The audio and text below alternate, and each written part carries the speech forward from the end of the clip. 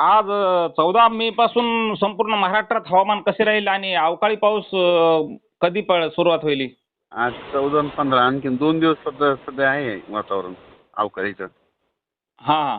मग ते नांदेड जिल्हा आहे, परभणी, हिंगोली, यवतमाळ जिल्हा, चंद्रपूर, त्याच्यानंतर लातूर जिल्हा आहे, बीड जिल्हा आहे, धाराशिव, सोलापूर, सांगली, सातारा, कोल्हापूर, अहिल्यानगर, बीड जिल्हा, जालना जिल्हा, संभाजीनगर एक आणि नाशिक. म्हणजे एवढ्या जिल्ह्यामध्ये पाऊस अवकाळीचं राहील वातावरण? हो, सगळीकडे नाही, उगाच तुरळक तुरळक कुठेतरी पडत राहणार. बरं सर, आपण दरवर्षीची एक तारीख सांगितली असती की 15 मे ते 30 मे दरम्यान महाराष्ट्रात पाऊस पडेल. हो, हा, तर मग 30 मे पर्यंत पुन्हा पाऊस राहणार नाही का? फक्त 2च दिवस राहणार का आता हे? पुन्हा आहे ना, नंतर 25ला येणार आहे ना, शेवटच्या आठवड्यात एकदा. शेवटच्या आठवड्यात आहे का?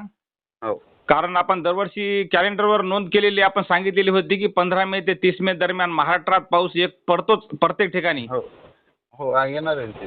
हां, मग मान्सून याच्यातच अंदमानामध्ये दाखल होईल का सर हे?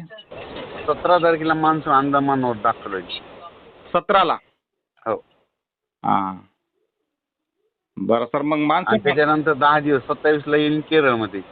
हां हां. म्हणजे 5-6 जूनच्या दरम्यान पाऊस येईल. बरं बरं बरं.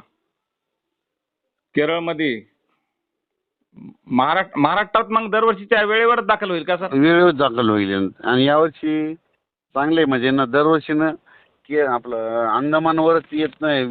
20 मेला कधी 21 मेला येते. यावर्षी जवळपास 15-16लाच येईल तिथं. म्हणजे 4 दिवस अगोदरच गेलाय. हो, 4-5 दिवस अगोदर. बरं सर, मग यंदा अरबी समुद्राकडून कोकणातून मान्सून येणार आहे का? हो, इकडून नाही, केरळकडूनच येईल असं खालूनच. बरं बरं बरं.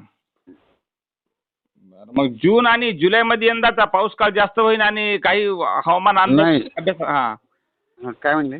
काही हवामान अभ्यासक सांगतात की जून आणि जुलैमध्ये पाऊस जास्त होईल आणि नंतर पाऊस कमी होईल. नाही, जुलैमध्ये जास्त होईल जूनपेक्षा. मग ऑगस्टला कमी राहील आणि परतीचा पाऊस यावर्षी जास्त पडणार आहे. बरोबर, यंदाचा पाऊस म्हणजे परतीचा पाऊस जास्त राहणार आहे. हो, ओके ओके सर.